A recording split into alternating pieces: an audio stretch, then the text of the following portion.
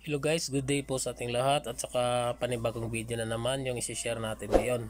So mayroon tayong ayusin na isang Colburn na induction cooker.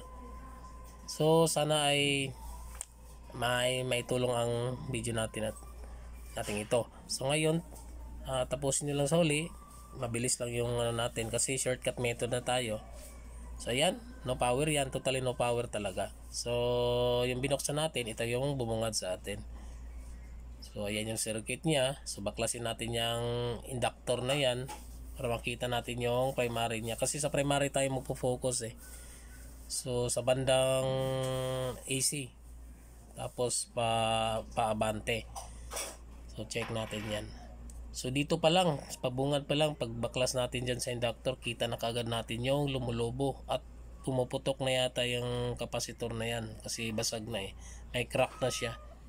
Tapos dito sa kabila, tinanggal ko na yung fuse dyan kasi naputol na siya.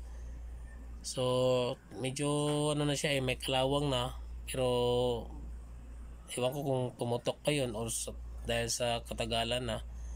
So yan, kailangan natin replacean yan. Yung nakikita pala natin dyan, yung fuse at saka yung capacitor. So yung una, pero i-check pa natin yan kung may mga shorted pa kasi pag may sirang parts, so kailangan talagang i-trace natin uli para pag palit natin ng bago, so maiwasan nating masira uli. So tinanggal ko yung halatang sira, yung nakita nating sira. So ngayon tatanggalin pa natin yung board na yan at saka i-check natin yung may possible na shorted dyan.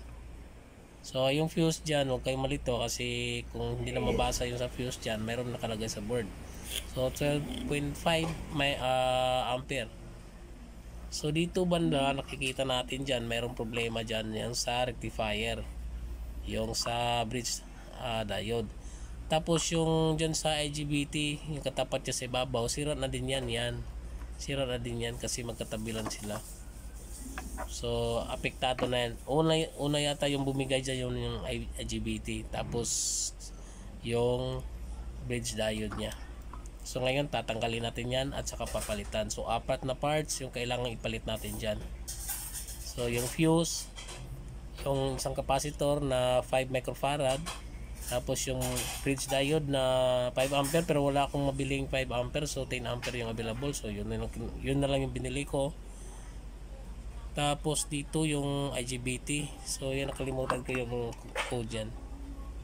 So iba-iba naman yung IGBT sa sa induction cooker na ginagamit. So ayan, nagbi-blink na siya. So yan, napalitan na natin lahat at saka tinetest na natin, silaksak natin at ayan yung bumungad sa atin, nagbi-blink siya. So okay yan guys kasi normal lang yan kasi hinahanap pa niya yung yan, yung sa inductor yung kailangan niyang iinitin yung fan niya, yung fan. Yung ngayon, andyan na nakikita natin, sinampulan natin ng pan na may tubig. So medyo mainit-init na.